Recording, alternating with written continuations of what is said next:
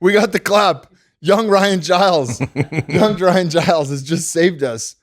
And we are recording. We only missed like 30 seconds. So don't worry. If you're listening to this now, you haven't missed a thing. This is the Onnit podcast. We got Dr. Craig Koniver in the house. What's up, Kyle? And we're going to talk about all sorts of cool shit. We're going to talk about the best way to consume vitamins, why we need them, the importance of them, and all sorts of other cool shit, plant medicines, the whole nine. Yep. And but first, let's get a little background on what got you into medicine and how you have this wealth of knowledge that you're going to bless us with. Well, my dad and my grandfather all physicians, so it's kind of in my blood, and grew up around being with doctors and health and healing, and so I always had this sense I want to be a doctor, liked helping people, but also like the science of it. So in that vein, I said, when it was time to go to college, I said, I'm going to go to the Mecca. I applied early admission to Johns Hopkins. When I got there, I got in, I hated it. It was so competitive, so negative. And that was actually an interesting kind of aspect in my life about, how do we deal with setbacks and how we deal with, in a way, being able to be adaptable. And I took that lesson and applied it to kind of health later on, I'll get to. But anyway, from there, I went to Brown University, much more relaxed, positive environment. I like that. Brown is the relaxed. Very relaxed, but very, high. I started at Yale and then Stanford I went to just to kind of decompress. Yeah. But still, very strong academics. But I majored in some old world archaeology and art. I've always been interested in ancient history. And again, I knew I wanted to be a doctor, so I did all the pre-med stuff. But really my interest at the time was archaeology and ancient history, which I'm still interested in. From there, I went to Jefferson Medical College in Philadelphia, very traditional medical school. Always been naturally minded, but, my interest, and still to this day, is in relationships with people. So I went into family medicine. I was never into the operating room, the surgery, all that. Too much pressure and just wasn't for me. So I went into family medicine. And from there, kind of bounced around. I lived out in Arizona for a little while and then settled down in Charleston, where I live now. After I finished my residency, again, traditional course of everything, I opened my own practice because I wanted to do things kind of my own way. And one of the things that I was quickly drawn to were these nutritional IVs, And I think a turning point for me in terms of the whole natural integrative health was my daughter was born in 2001 and she had colic. And so she was really uncomfortable like 24 hours a day. And so we'd have to hold her constantly because she'd be crying and crying. She had this pain, couldn't get rid of. Went to the pediatrician. They said, you know what? Let her cry it out. I'm like, let her cry it out. She's a month old and you're saying, let her cry it out for several. You would never tell an adult, let them cry it out for 3 months, 4 months. So that caused me to say, you know what, we got to go outside the box here.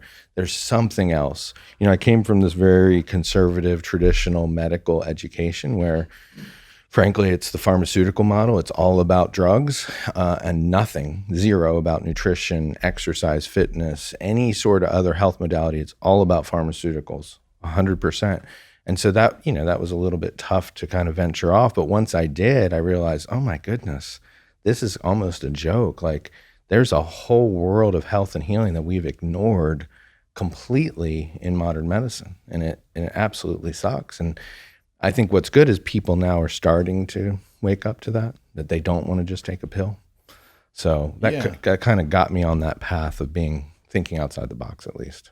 Yeah, let's dive into those vitamins there, because you talked about a couple of different things. And, in this, as people start to realize maybe there's a different way than just take your pills, which is an excellent documentary. If people haven't seen it, it's called Take Your Pills, literally Take Your Pills on Netflix. It's about the amphetamine epidemic, namely Adderall and Ritalin, what started with children and now is largely prescribed to adults for energy, which is like simply fucking move better and eat better, sleep better, those kind of things, right? Don't just try to get that from a pill. But I digress. We have this kind of view when we split off and we think of health and wellness, like, the doctor's not going to get me healthy. Right. I got to get me healthy. Right. And so in that, what are the things that I can do? Well, I do need to move better. I do need to exercise. something that I enjoy that I'll stick to. Sure. I do need to eat better, and that's different for everyone. Sure. Right. And I do need to have some sleep hygiene. Like Absolutely. I need to dial that in. Right. And then from there, I probably need to supplement with some things, Right. including vitamins and minerals, because our food supply is shit compared to what it used to be. Right. Yeah. We're so far removed from actual food, right? I mean, none of us really actually kill our food. We don't gather it. We don't, we're so far removed that the food supply sucks. And, if we even look at soil studies over the last 50 years, our soil is completely, depleted of minerals, right? I mean, that you could just start there. You could have a whole conversation about just getting minerals into your body that used to be there 50, 100 years ago. But the way we farmed, all the toxins we now have with herbicides and pesticides, and monocropping, we leave the same crop in the ground over and over again. It's pulling the exact same nutrients out. You know, whatever plant we like kale has a lot of vitamin A and iron. Sure. Where do you think it's getting that from? It's getting it from the soil. So if you only grew kale in the same spot 10 years in a row, there's not going to be much vitamin A or iron in the ground left. So true. So number one, our food supply sucks. But then number two, because we're also, in a sense, as our society, lazy, right? And we're sedentary, we're not going and making our own food. We're not pushing it where we seek really good food choices. It's just easy to grab something from the shelf, which tends to be carbohydrate laden. And as a result, the nutrition of most Americans absolutely sucks. And so we're missing all the vitamins, nutrients, amino acids, you name it, that we used to get from food. We just don't have it. And so, okay, well, that's fine. I'll just take some pills, right? I'll just take a multivitamin. I'll just take some vitamin A or whatever so I can, replace what isn't there. Problem with that is we only absorb about 20% of those nutrients orally. That's an average. If you take someone who's got some sort of gastrointestinal distress, that number goes way down. And most people do have some sort of gastrointestinal distress. Right? Exactly. Because you look at, so we look at children, right? As they grow up, children get infections. What do? We give them antibiotics. Oh, well, 2 weeks later, it didn't work. We'll give them more antibiotics. Oh, that's not working. We'll give them some steroids. So you look at most children as they grow up, we've destroyed their gut lining with this, and we destroyed the gut bacteria from the plethora of antibiotic steroids that they shouldn't really be getting. It's overdone. I'm not saying antibiotics aren't necessary. They have a great MRSA, best thing on earth was antibiotics. There's a great role for them, but we're clearly doctors are overprescribing, antibiotics. That's a fact. So, but that literally translates to we're messing up our GI tract. So now when you're 25 and you want to take a vitamin because you're missing it from your diet, it's not going to work so well. We just don't absorb them. And so that creates a huge problem for me, where most things I relate to the world in a biochemical sense. It all comes back to that, right? Because if we don't have those nutrients, our cells literally can't function at the right efficiency that we need them to. So no wonder 50% or greater than 50% of adults tired, overweight, depressed, and taking pharmaceuticals. Makes total sense, actually. Yeah, they talk quite a bit about how we are overweight, overfed, and undernourished. Yeah, it's very well said. Plethora of food, so much that food is not feeding us properly. We're lacking all these micronutrients, vitamins and minerals and enzymes and things that actually we need at the biochemical level to have processes work within the body. Exactly. Without that, we're fucked. Absolutely. Yeah, it's very well said. And so again, what do people do instead of kind of taking responsibility and saying, hey, I need to make myself fitter, make myself healthier? We'll go to the doctor and say, hey, I'm feeling depressed, right? I'm tired. And we'll get an antidepressant that compounds the problem. And we don't really address what the core issue is. And that happens every day. Yeah, more and more we see the numbers are just climbing, and epidemics rapidly are climbing. Type 2 diabetes is climbing. Obesity is climbing. Heart disease, cancer, you name it. Autoimmune disease. Obesity in children. Yeah, Dr. Michael Ruscio was talking about that. If you combined because autoimmune disease right now is looked at individually. But we don't do that with cancer, right? We don't say like, well, breast cancer is this number. We look at all cancer as a total, right? And that ranks really high. It's top 3, right? If you combine all autoimmune disease, it's right up with cancer. If you combine all cancer and all heart disease, we still have more people with autoimmune disease. Wow. Yeah. There's more people with autoimmune disease than cancer and heart disease combined. Damn. Yeah.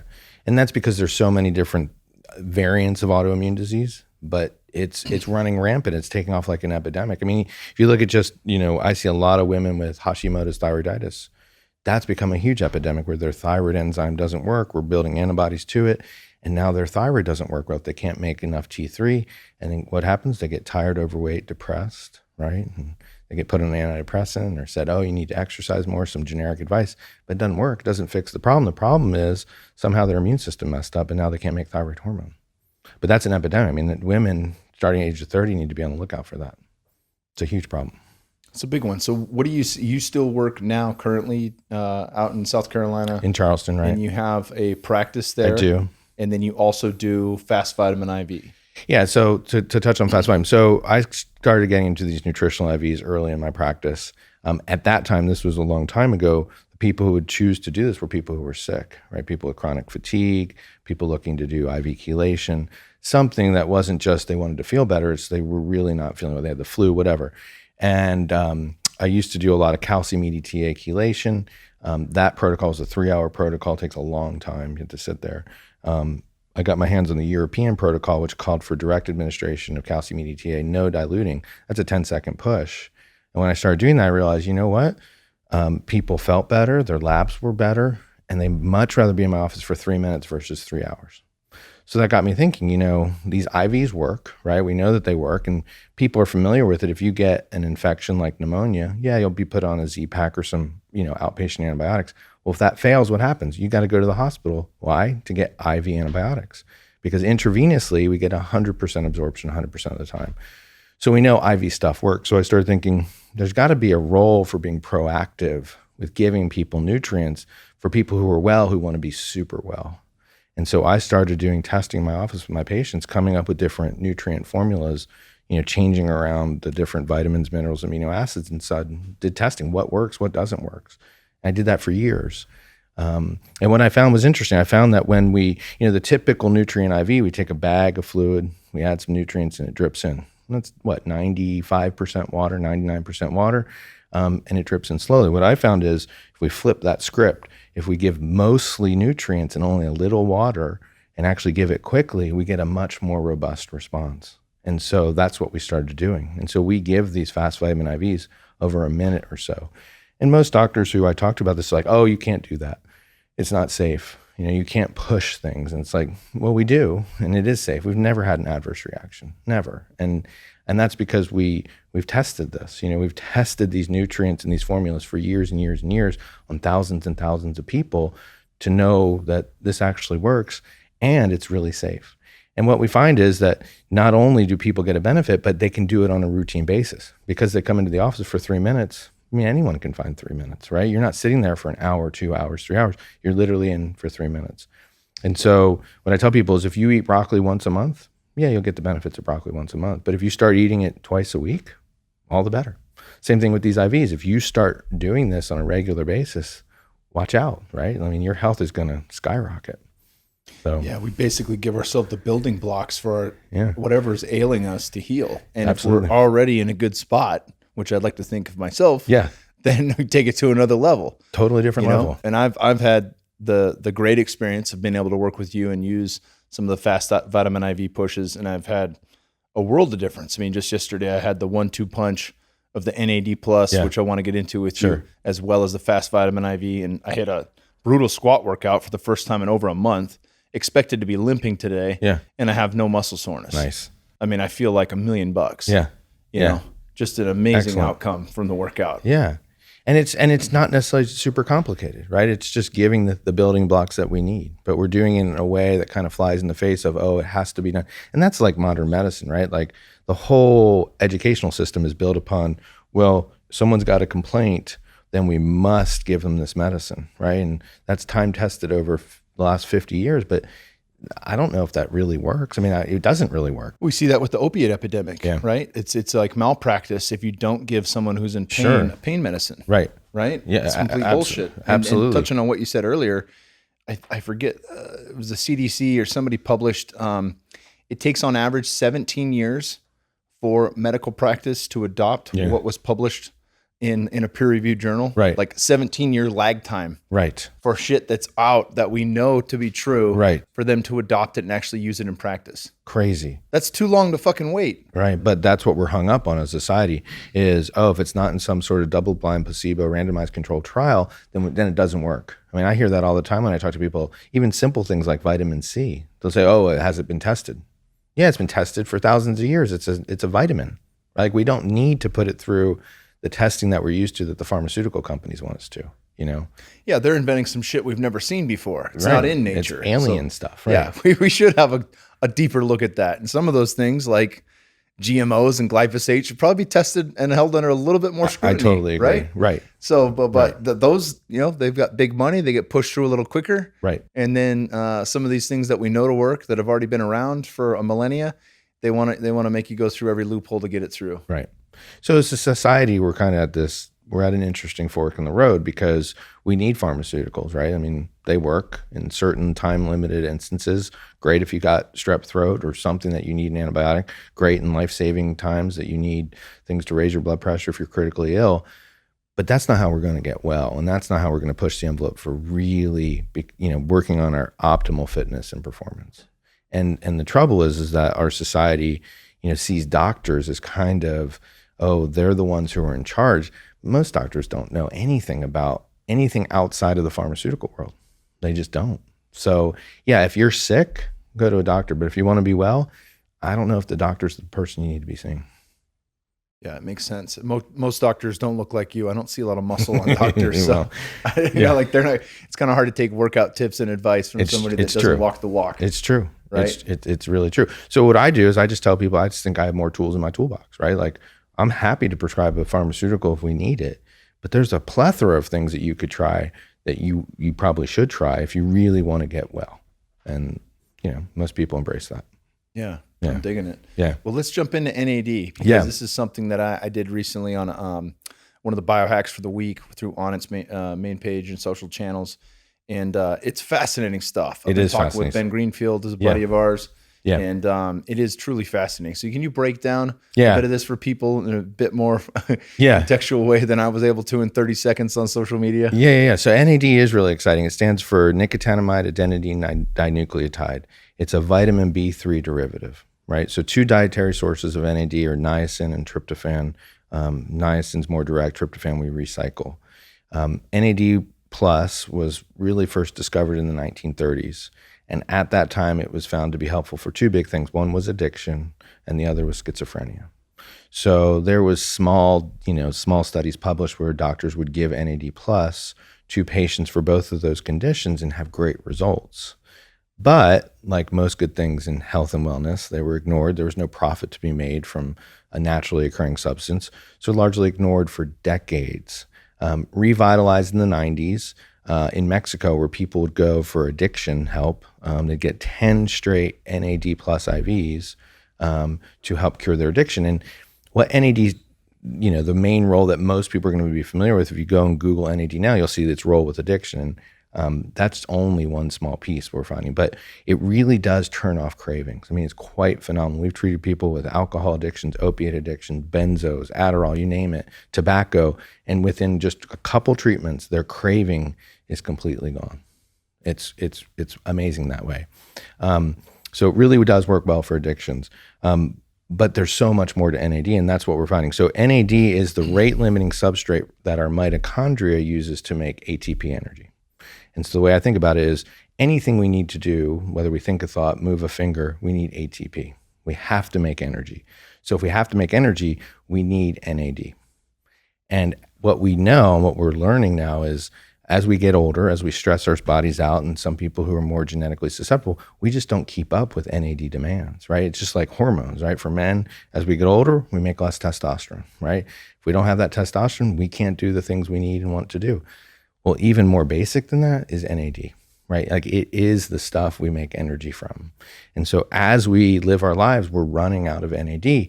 It's compounded. If you're a vegetarian or a vegan and you don't eat any animal protein, you're going to have an even harder time because the two dietary sources, niacin and tryptophan, highest in animal protein. So NAD does all those things. But what's really interesting about it, I think, is the way it's affecting our genetics as well. And so we are finding, people are familiar now with the ketogenic diet, intermittent fasting, cold therapy. All of those work at the mitochondrial level. All of those are working to really extend longevity and to help clean out the damaged DNA. When we give someone NAD, we're doing that at even a higher level of efficiency. And so we're now using NAD for a plethora of things, from PTSD, anxiety, depression, brain optimization, performance, treating high-end athletes who want to, get more out of their workouts, get more out of their fitness. And this is just the tip of the iceberg. If you Google Dr. Sinclair at Harvard, he's claimed NAD plus is the anti-cancer molecule, the anti-diabetes molecule, the anti-aging molecule. And I think we're just getting started. Yeah, it seems like there's every day, especially, I follow Dr. Rhonda Patrick, and she's big into ketogenic diets and different forms of fasting, hot and cold therapy, and things like that, which all can help stimulate our natural pathways for NAD production. Yeah.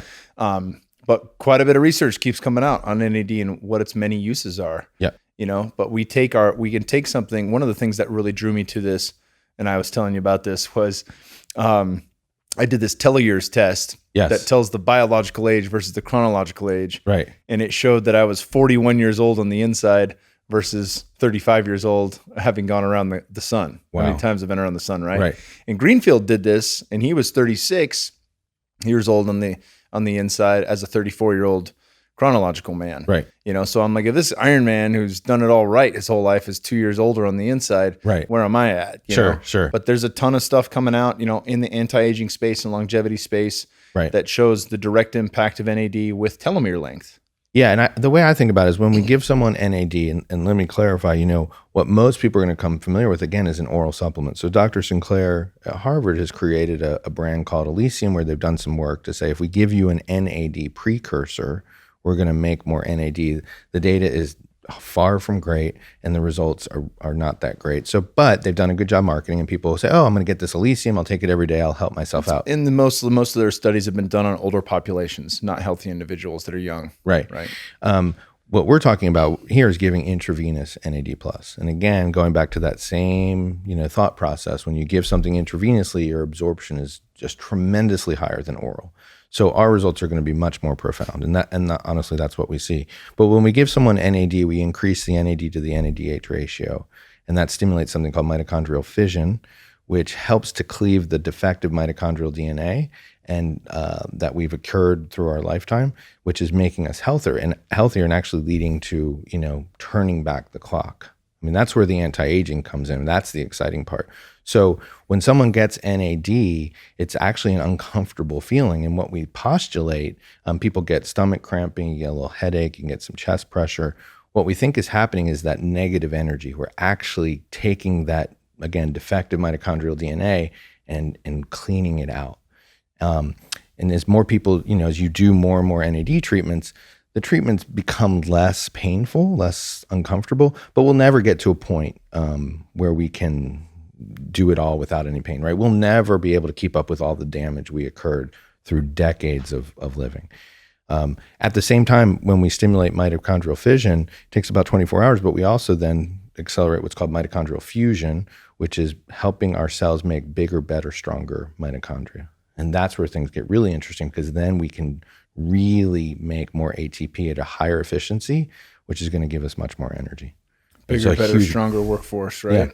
Yeah, absolutely. And so the two cell lines that have the highest concentration of mitochondria are the nervous system, nerve cells, and the heart cells. And I was reading something just recently that in the nervous system, the nerve cells, they estimate we have to make 30,000 to 40,000 new mitochondria every single day just to keep up.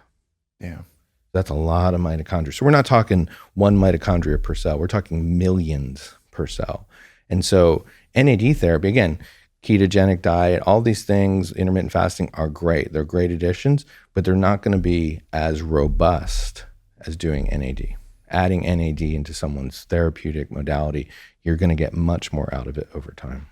Yeah, and that's really one of the reasons why I wanted to start doing the life hack of the week or the biohack of the week, was just to show people, what some of these are free, some of these cost money, some of these cost a lot of money. Mm-hmm. But in that, they are little cheat codes on ways that you can really improve whatever the goal is, whether that's a meditation hack like Breath of Fire, which is free, or whether that's, using a machine for meditation versus, whatever the case may be. They're just showing people a way where we can get the most bang for our buck in the least amount of time, right? And because that's the one thing that nobody has, whether you're the busy guy or the lazy guy. You never have enough time Never. to get shit done, know? Yeah. And so how can we really piggyback on some of these things? Because the truth is you could take vitamin shots every day. If you eat like shit and you don't move, it's Right. probably not going to be worth much. But Absolutely. if you're doing everything right Exactly. and you want to really maximize that, this is the way to do it. This is the way to do it. I mean, this is, and all the hard science backs this up, that everything, and not everything, but a lot of the focus now from health, performance, and even aging is about the mitochondria.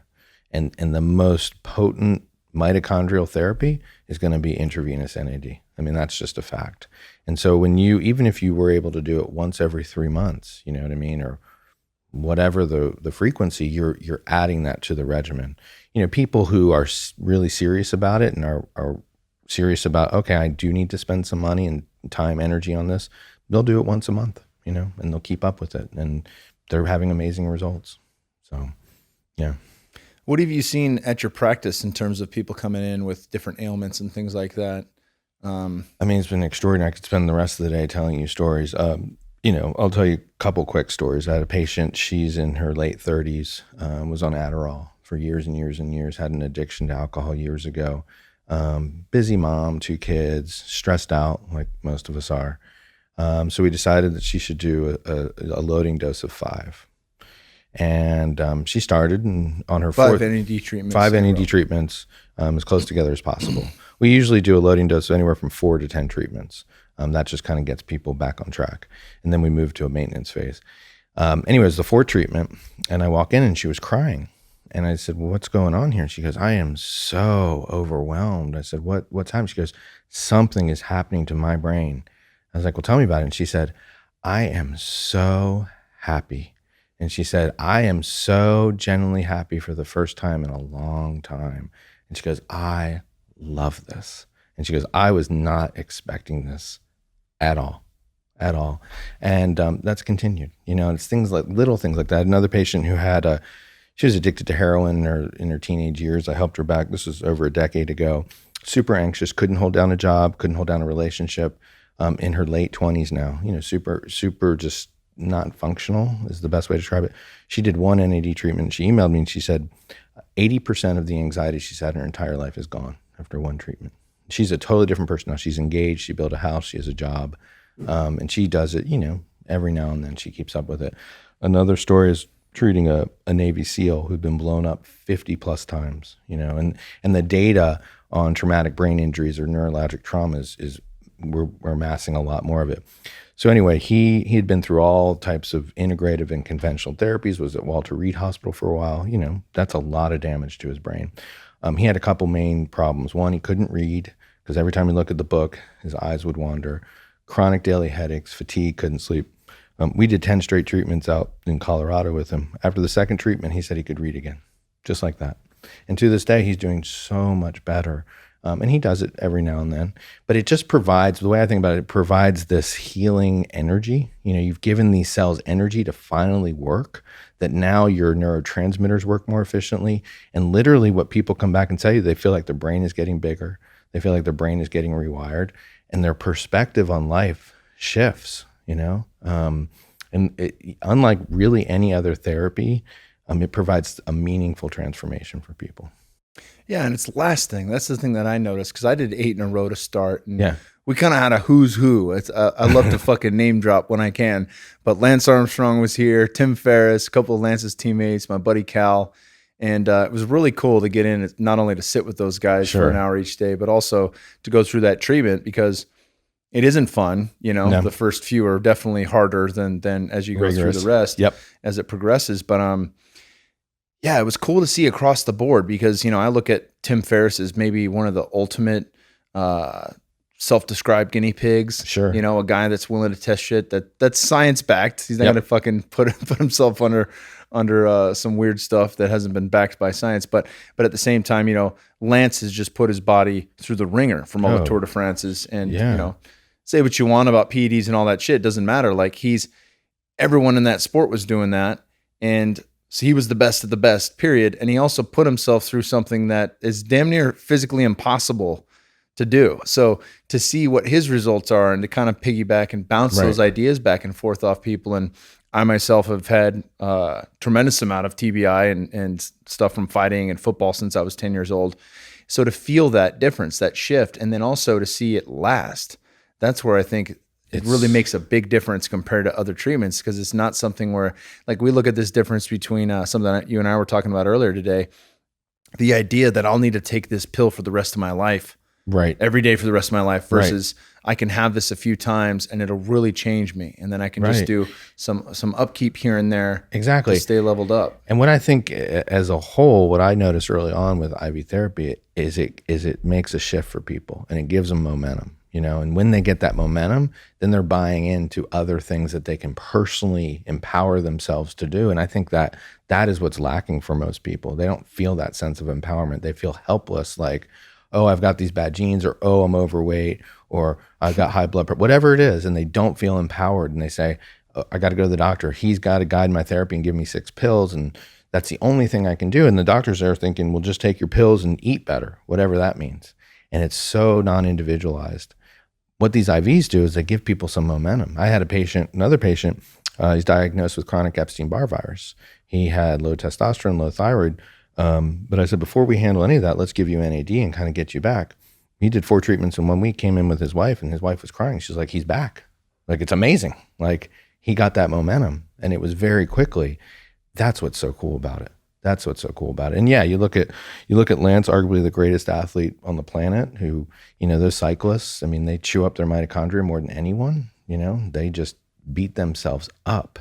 So wonderful. You're replenishing all of that for them, but we all need it. I mean, we all need these things. And I just think IV therapy as a whole is empowering for people. It gives people that sense of there is hope, and that's awesome. Yeah, and you feel this stuff. I always throw out the quote from Wim Hof: "Feeling is believing." Yeah. When you feel different and you feel that charge, it's like, fuck, man, I feel alive today. I feel good, and it could crush a hard workout just to see where you're at and know, like, oh shit, I'm recovering like when I was a teenager. Right. It's a whole different ballgame. Yeah, like you'll never get these same feelings from taking a pill. Never, ever. Like, you'll never take any pharmaceutical and feel like you do when you get a fast vitamin or NAD. Never, ever, right? So that tells you, and even that, taking that to a different level, about people being present, right? But it forces people to be present. Like, you need to be in the moment. And so many of us are distracted with our phones or whatever and thinking, oh, 2 weeks down the road. Just to be present is huge for people. Yeah, that's a massive one. Something we talk quite a bit about. Yeah. For certain. Yeah. Well, let's talk a little bit about getting outside the box here. Sure. If you're cool with it. Absolutely. You're working with the same company that Willie Nelson's providers are? Is that correct? It's a company called Cherry. And what we're doing is they make their vaping products, vaping CBD and THC for those states where it's recreational, legal. But what we're about to do is make an NAD vape product, and then start combining that, right? So this is stuff that's never been done before. If we take something like CBD, which is potently anti-inflammatory, calming to the nervous system, what will happen when we add CBD and NAD together, right? And vape that. I think it's amazing potential, because you're working on the mitochondria, you're working on the nervous system at the same time. A lot of people like to do like a CBD latte, right? Add some caffeine to the CBD so you're not too relaxed, but you have this happy medium where you are relaxed but energized. And NAD does that too. I mean, most people take NAD, so there's a calm clarity. You're not revved up, but you're more present. Mm-hmm. So we're working on that with that company. And then what we're doing separately is we're doing some things with nasal sprays. The same type of concept, making a CBD nasal spray, combining that with NAD. One of the nasal sprays that's worked very well is we've combined NAD, testosterone, oxytocin that I came up with. And the reason I chose that is, well, where do we want this to work the most? The brain, right? We want to be, focused on task. So it makes sense to add NAD. Testosterone, because, well, one reason, in the 60s, the Germans gave their Olympic athletes intranasal androstenedione. Androstenedione is the stuff Mark McGuire took when he was hitting all those home runs. Yeah, when he found in his locker. It's all Andro. It was all Andro. Well, Andro you can't get anymore. Yeah. But what was found more science up to date was we think that the brain gets turned on or is arousable when testosterone is converted to estrogen. So in the nervous system, nerve cells convert testosterone to estrogen. It's like things get turned on. So we added testosterone, added oxytocin, because oxytocin, people are familiar with the social bonding hormone, but oxytocin also increases nitric oxide in the brain. So when you do that, nitric oxide's a neurotransmitter, helps facilitate all neurotransmission. And so we've had so many good results. I have a patient, he owns a construction company in Charleston, super busy. He's at work by 7, doesn't get home till 7 or 8. Works 6 to 7 days a week, chronic daily headaches, on Adderall, stressed out like most of us, has a couple kids, trying to manage that part of his life. So put him on the nasal spray. 3 weeks later, came back, literally gave me a hug. He's a big alpha male guy, gave me a hug. He says, if I can continue to feel like this, I'll be the luckiest man alive. He said, no more headaches, no more Adderall. Relationship with my wife is at an all-time high. I'm just feeling on top of the world. And that was 3 months ago, and continues to this day. So these things, it's thinking, how do we deliver these different nutrients and hormones, however you want to do it, in different delivery systems? I think that's what's exciting. Like, we don't have to stick with the traditional, I'm going to take a pill, because it doesn't work. Yeah, and nasal sprays and vape pens are far more bioavailable than taking a pill and letting your stomach acid just run through everything in there. Right. And so, critics will say, oh, this hasn't been tested. No, but anecdotally, we're testing it one patient at a time. This stuff is safe, right? We're talking about safe things that we can do and see results. Will it work for everyone? No, but that's not our goal. But when you can get off Adderall, when you can stop having headaches, when the relationship with your wife is at an all-time high, I think those are pretty good goals you're meeting. Yeah, and those markers, that we would normally test for in a study, miss all these other things that we're gonna see in everyday life that are vastly important. Your relationships, how you are as a parent. Absolutely. All that shit comes into factor. Yeah, so people are, there's a lot of testing, a lot of talk about the ketogenic diet, intermittent fasting, time restricted feeding. You and I were talking about this yesterday. All of that looks to extend life, right? It looks at extending longevity, but doesn't really say much about the quality of life. And so that's what we need to focus on too. Yeah, we all want to live as long as we can, but I think we want the most quality out of our days here. And to get the most quality, it's those things: being present, the relationships with your family and your friends, how you perform at your job, that's meaningful to people. Well, those things are going to be influenced literally by the building blocks in your body, your hormones, your nutrients, and how you get those is going to matter a lot. So, yeah, we really can't. It doesn't appear that we're going to be able to fix food anytime soon. What I mean? There are certain ways we can get much better. There's companies like ButcherBox. There's Stay Classy Meats, which gets pasture raised, free roaming bison and things like that from Montana, direct to consumer, things like that. But I mean, the bulk of our vegetables and fruits and things like that have been altered in a way, even if they're organic. They're not the best, we're not getting the most nutrients out of those. And really where we're at, it's hard to think of this in a way. I think the way that it makes sense for me is if I look at it like we're coming from a deficit. We are. And especially if you're in your 30s and you grew up in the 80s or older, right? Odds are you were given a shit ton of antibiotics as a kid. Yep. I know I was. Put on sugary cereal. Yeah, I grew up at non-fat milk, shitty sugary cereal. Yep. Everything was devoid of nutrients. They spray some synthetic garbage on there and call it vitamin fortified. Right. Total, all this kind of crap. Like you're not absorbing any of that. And so that's when you're building your brain, right? I mean, that's the critical time, the first 10 years of your life. Yeah, we get to this point now where we're older and we run into all these health issues, or like how do we fucking dig ourselves out of this hole? Right. Like it's nice to see people like yourself that are figuring out ways to where we really can not just get back to normal, but push ourselves to a place where we didn't think was possible. Yeah, like I tell patients, think of yourself like an Olympic athlete, right? Like they train every single day for 3 minutes, 4 years down the road, right? But they're training themselves to empower themselves to be the best them. Like, why don't you, the patient, why don't you train yourself that way? Why don't you care enough to put the right things in your mouth and to exercise the right way and to think positive thoughts, right? Like, that's totally up to each person. Each person consciously can choose that. And I think, unfortunately, the healthcare system is based upon fear and has put people in a place thinking they're helpless. And, and I've been fortunate enough, the way I go about it is I'll read about something, I'll learn about something, I'll try it myself, then I'll pick some patients. Hey, let's try this and we'll push the envelope. So I'm very comfortable giving high doses of things that most people aren't, or trying mixing lots of different things together that most people aren't, because I've been willing to try it. And, we're dealing with things that are relatively safe. Does that mean some things can go wrong? Maybe, but that's the only way we're going to learn and innovate. So, yeah. And in that, I mean, you play with something like a little bit extra B12, it's going to come out in your piss.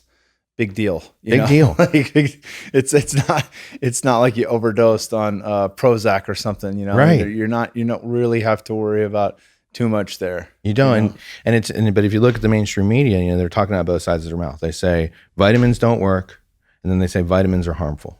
And like, which is it, right? Do they not work, or are they harmful?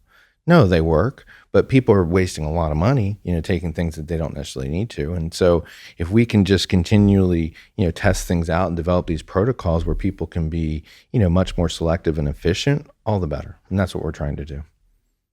Makes a ton of sense, brother. Yeah. What else you got for me? We were talking a little bit about ketamine. Yes. And there's been quite a bit. We've had Rick Doblin here at Onnit. He spoke on the Aubrey Marcus podcast. I got to show up to the MAPS fundraiser, which very happy that they received the full $8 million to continue their phase 3 trials with MDMA for PTSD. Yeah. And so it looks like in the near future, we will have the ability for psycho-assisted therapy centers all the way around the U.S. and hopefully internationally, right, where we can do a different, many different modalities, not just with PTSD. Sure. And people can go have a guided experience with something like MDMA. And that's just the first of his goals. Sure. Oddly enough, he received, there was a price match from a cryptocurrency billionaire who price matched $4 million to the $4 million raised. Excellent. This guy cured his depression with intravenous ketamine. Yeah. And that's what changed his whole tune about psychedelics and plant medicines. Yeah. And really made him want to contribute to this. Yeah. Ketamine now is already kind of, because it doesn't have the stigma MDMA does. Yeah. It's already being used in clinics for depression. It is. And so what we started doing is, and again, we want to do this in a facilitated manner, right? We're never suggesting that someone just go on their own and use ketamine, right? And I think that's a big stigma of even plant medicine, psychedelics, any of this, is that, people just recreationally are going to get fucked up and do it on their own and get screwed up. And there are problems with that. What we're trying to do is do this in a controlled, facilitated manner so we can actually learn from it. So we started using, with selected patients, for sure, this is not for everyone, intramuscular ketamine along with NAD at the same time. And, the ketamine experience makes the NAD treatment much more tolerable because, again, NAD is an uncomfortable experience. But, what that ketamine does is really help shift the mindset. Like any of these plant medicines, we're just trying to shift that energy so people can have a different perspective, a different perception of their world. And when you combine that with NAD at the same time, which is going to facilitate neurotransmitter conduction, the results are literally limitless. I mean, really, we're just at the tip of the iceberg for, how can we modulate these different neurochemicals at the same time or stack them together? And so we're having great results. I mean, patients who, again, very selective in who we choose to treat, do very, very well with that combination. We give it as an intramuscular shot. It lasts about 30 minutes. It's very predictable. People come out of that feeling very relaxed. A lot of people are much more productive. They come back and tell me that the next 3 days after treatment, their efficiency at work was at an all-time high. And it makes sense. I mean, a lot of, what psychedelics do in general is quiet the brain anyway, right? And so we're just, facilitating some of that process. So yeah, allows you to think differently, see things from new angles, exactly, a little bit outside the box. Right. And then coming back also to experiences that may have been harder to process the first go around as you look at those any sort of with a trauma, different lens, right? Any sort of trauma. Yeah. And so, I think it can work very well for depression, certainly for anxiety, certainly for chronic pain. But then I think, again, taking that same model and saying, well, what about people who, we've all had some sort of psychological trauma. What if we take people who are well and we're able to get past those, bends in the road a little bit easier so that we can then keep building on that? So you take well people and make them super well. Like, awesome. Yeah. Awesome. Right? Exactly. I mean, the sky's the limit. And it's just being willing to kind of, again, try out different things. And that's where it gets exciting. So, I think ketamine's a very useful treatment. And then for people with, chronic pain, chronic anxiety, we'll do a intranasal ketamine spray that can help disrupt or interrupt the migraine, can interrupt the panic attack, and do so successfully that people feel calm, relaxed. And that's far less psychoactive. There's really no psychoactive component to that. Yeah. We're using dosages that are much smaller, but you're able to modulate that, inflammatory process in a way that, again, you cause an interruption, and a lot of it's just distraction for people. I mean, people who have chronic headaches, people who are, panic attacks, anxiety, we just need a way to distract them anyway. Get them back in the present moment, because anxiety, for the most part, is people deliberating on some past event or worried about some future event, and they're never in the present, right? Because if you're in the present, it's very hard to be anxious. So yeah, unless that's something they talk about, why zebras don't get ulcers. That's right, Robert Sapolsky. Yeah, amazing book. Another one of the main takeaways from The Power of Now by Eckhart Tolle, as well as A New Earth. How we draw and navigate ourselves back into this present moment alleviates quite a bit of the mental and emotional issues that people have. Yeah, I mean, probably all. I mean, if you think about it, and so few people are able to be present. So few people, and it's because we're so focused on time, we're so focused on achievement, we're so focused on electronics, our phones, keeping up, responding to messages, people throwing information at us, and it's not really good, And so being able to put down our phones for a while, I mean, even if you just did that, even if you just, for most people, what I tell people, pick a time at night, whatever it is, 6 o'clock, 7 o'clock, put your phone down and don't look at it again until the morning. You're doing yourself a tremendous service, because I totally agree. The idea of being present is so lacking for most people. Yeah. What are some of the ways that you've dialed that in over the years? Because obviously being a medical student and coming with that background, I think you had some wherewithal when you're at Johns Hopkins, but really dialing that in different practices that you use to help you stay present. It's hard. I mean, I'm certainly, going to medical school, becoming a doctor, I'm type A, I'm achievement centered. Like, I want to get stuff done. Honestly, for me personally, a big turning point was I went through a bad divorce, and, having that trauma, that stress really forced me to kind of reorganize things in my life, that it's very important for me to have balance. So I have to be deliberate. I like to see patients in the morning and not much into the afternoon, just because I know I'm not good at it. I get distracted, I lose energy. And so I generally try not to see patients after 2 or 3. And some people say, oh, you need to be working to 6. Well, I'm not going to be valuable, right? And it's important for me to be able to put things down. I mean, I struggle with it, but my biggest challenge, putting the phone down, being committed to downtime, where you're just fictional reading, journaling, listening to music, things like that are really important to me, because if I don't have that, I can be consumed by work. I could be responding to patients and working 24 hours a day. I mean, we all could, right? Mm-hmm. You have to be really deliberate about, for me, I think the biggest thing is that downtime. If I don't schedule downtime, if I'm not committed to it, I will get stressed out. I'll get, anxious about things. And then continuing, I do NAD every couple of weeks. I do a fast vitamin every week. I take a handful of supplements here and there that, again, it's more trial, things that I want to try out and see what happens. Exercise is certainly a part of it. I'm not, I think with food, I try to, kind of cycle ketosis, try to be as, in the ketogenic diet during the week. The weekend, I just have fun, eat what I want. Because I think I love food, I'm not going to. And so staying in that kind of mindset is helpful for me. Yeah, it gives people an out too. I get that quite a bit, but it does pay dividends to stay in ketosis for the first 8 to 12 weeks and then start to venture off. As needed. Right. And this isn't your first walk in the park with that. So. No, for most people, no, you can't cycle. You got to be committed. But again, I think that's a way to get people empowered. Like, okay, let's do 2 weeks and have you come back and see where you are. Oh, you can do this. Oh, I didn't know I could lose 7 pounds and feel really good and have tons of energy. Well, you can. And you can continue it for another 2 weeks. And so, people need to stay there for a while, But all of that, I think, like any of these health modalities, to me, it comes back to being empowering people. Because I think once people start to feel empowered, the sky's the limit, right? They can make any change in their life. And I really believe, people talk about what, miracles, right? What is a miracle? A miracle is making instantaneous change in something we didn't think that could happen. But those happens like a light switch therapy. It's like the light's turned on now. the environment's different. Well, how does that happen? Well, people have connected to that energy plane that they're able to do that. And that happens every day. And one of the problems with medicine is we focus on disease. We never focus on the miracles, And I remember hearing a story of this other doctor who was treating this patient for lung cancer. And the patient was seeing a naturopath who was giving her aerosolized glutathione, like nebulized glutathione. Well, she went back 3 months later for her checkup, did an x-ray, and her cancer was greatly reduced. Well, the appropriate response you would think from the oncologist would be like, what the hell are you doing? Because I need to learn about that. But instead he said, I don't want to know.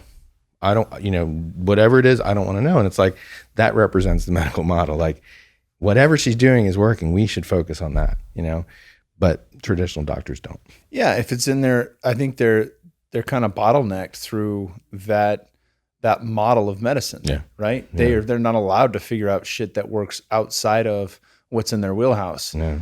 That wouldn't go from the top down. No. The top being big pharma. That's They're right. not going to allow that shit. No. There's no modality. And then you see that anytime, and this is not me saying that cannabis cures cancer, but anytime you hear anything along the lines of, like Joe Rogan had talked about this study that came out where cannabis in conjunction with chemo, so not versus, not right. one or the other, but in conjunction reduced tumor size 300% faster than chemo alone.